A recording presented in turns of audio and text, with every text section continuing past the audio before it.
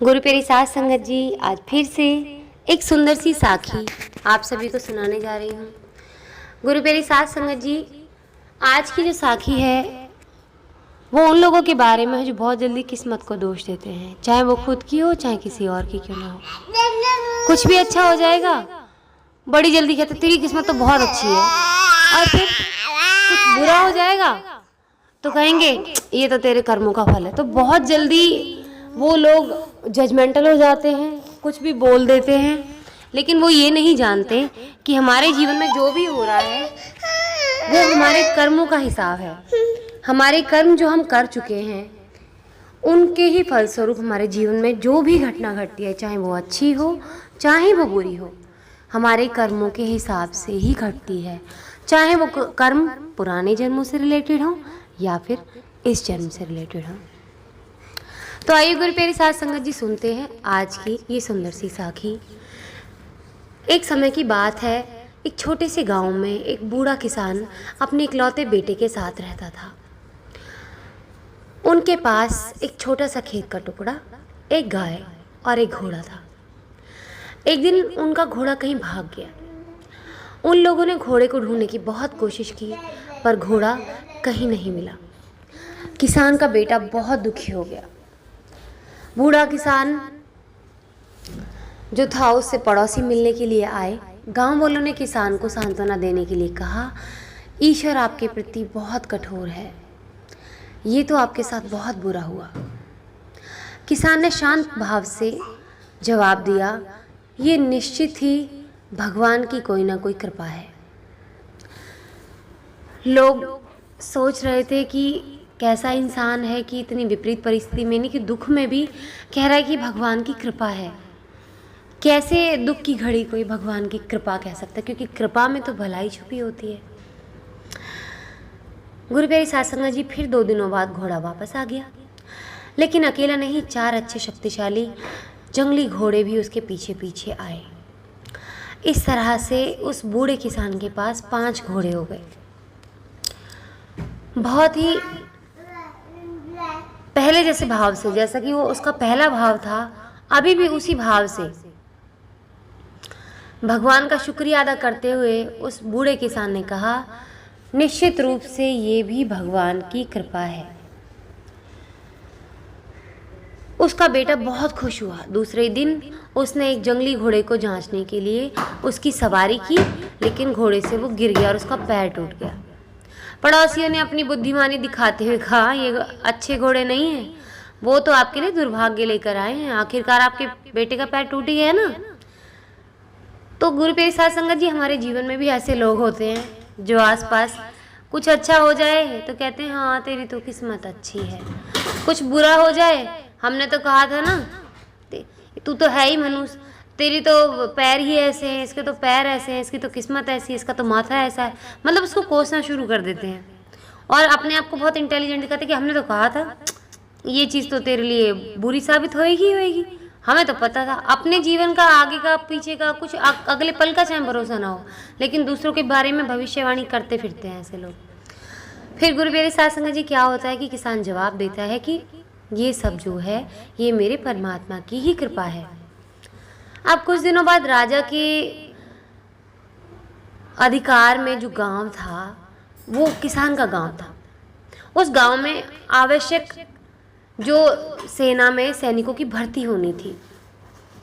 अब गांव के जो सारे जो जवान लड़के थे उन सबको सैनिक पकड़ पकड़ कर लेकर चले गए, लेकिन किसान के बेटे का जो पैर था वो टूट गया था। इस वजह से उस टूटे पैर के कारण किसान के बेटे को वो छोड़ कर चले गए और उसको अपने साथ लेकर सेना में भर्ती करने के लिए लेके नहीं गए।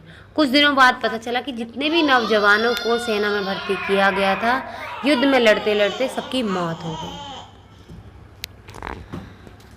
कुड़न और प्यार से गांव वालों ने किसान को बधाई दी कि उसके बेटे की जान बच गई।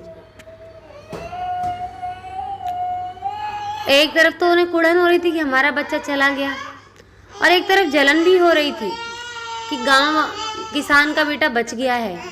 लेकिन वो दिखा रहे थे, प्यार दिखा रहे थे किसान को कि हाँ देख तेरा बेटा तो बच गया। किसान ने कहा निश्चित रूप से ये भी मेरे परमात्मा की ही कृपा है। तो गुरु प्यारी साध संगत जी, ये बात हमेशा ध्यान रखें कि भगवान कभी भी किसी का बुरा नहीं करते और ना ही सोचते हैं। हम जीव ऐसे हैं कि हमेशा भगवान को दोष देते रहते हैं कि हम तो इतना भजन करते हैं, हम तो इतनी सेवा करते हैं, तब भी भगवान हमारे साथ ऐसा करते हैं। जबकि ऐसी झूठी सोच ही जीवन का अंत होती है। और ये सिर्फ इंसान की ही सोच होती है, ऐसी झूठी सोच।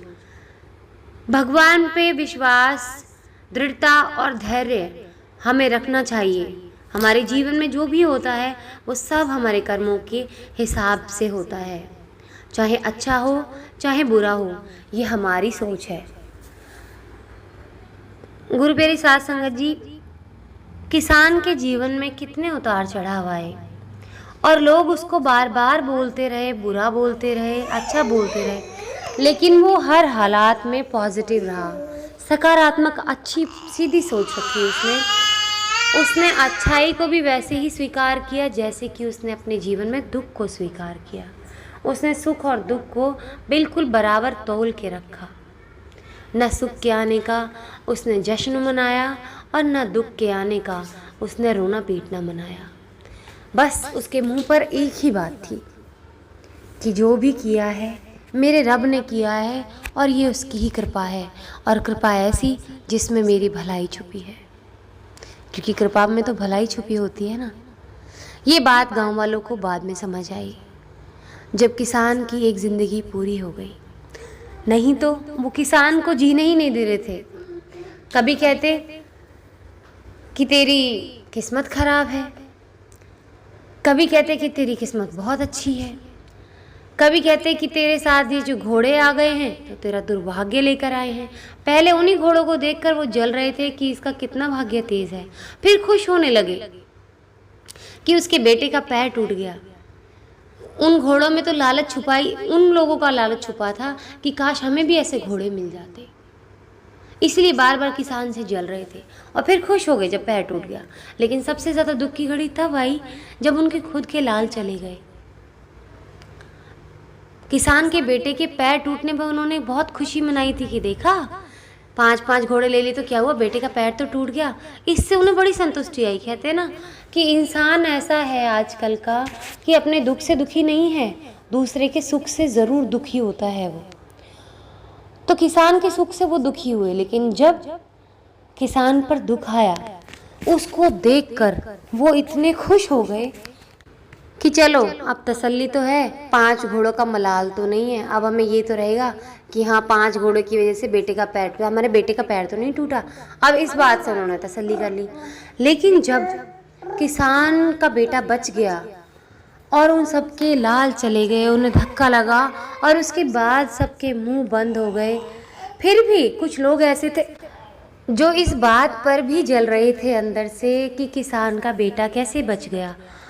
तो हमारे आसपास ऐसे बहुत से लोग होते हैं जो बहुत कुछ बोलते हैं और हमारे कोमल हृदय पर उनका असर भी पड़ता है।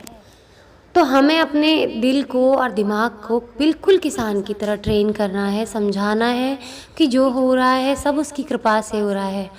सुख आने पर ज़्यादा उछले नहीं, दुख आने पर रोए नहीं, बिल्कुल न्यूट्रल रहें, चाहे सुख आए जीवन में चाहे दुख आए। आप परमात्मा की कृपा को एक्सेप्ट करना सीखें, भगवान का नाम बराबर लेते रहें, चाहे सुख हो चाहे दुख हो, और हर चीज़ को अपने जीवन में ऐसे धारें, चाहे वो अच्छी है चाहे बुरी है। सुख दुख की बात कर रही हूँ कि ये सब मेरे परमात्मा की ही कृपा है। जो भी उसने किया है मेरे ही भले के लिए किया है, क्योंकि कोई भी माँ बाप यानी कि परमपिता परमात्मा जैसे माँ बाप, हर माँ बाप एक परमपिता परमात्मा नहीं होते हैं। तो जो हमारे सच्चे माता पिता जो हैं वो हमारे परमपिता परमात्मा हैं। वो कभी भी अपनी संतान का बुरा नहीं कर सकते और कभी सोच भी नहीं सकते हैं। वो अपनी औलाद को दुख देने का सोच ही नहीं सकते हैं। तो हमेशा उनके चरणों में विलीन रहें, हमेशा सुमिरन में खोए रहें, हमेशा सुमिरन करते रहें और अपने कर्तव्यों का भान रखें, अपने कर्तव्यों को पूरा करते रहें। अगर हम किसान के जैसे हो जाएंगे ना कि सुख में भी उसका गुणगान कर रहे हैं, दुख में भी उसका बिल्कुल बिना उसको दोष दिए गुणगान कर रहे हैं, तो हमारी लाइफ बिल्कुल इतनी ही सरल हो जाएगी जैसे किसान की थी। तो आइए गुरु प्यारी साध संगत जी, हम भी कोशिश करते हैं कि हम भी किसान की तरह सुख और दुख दोनों को बराबर जगह देंगे अपने जीवन में, और कभी अपने भगवान को दोष नहीं देंगे।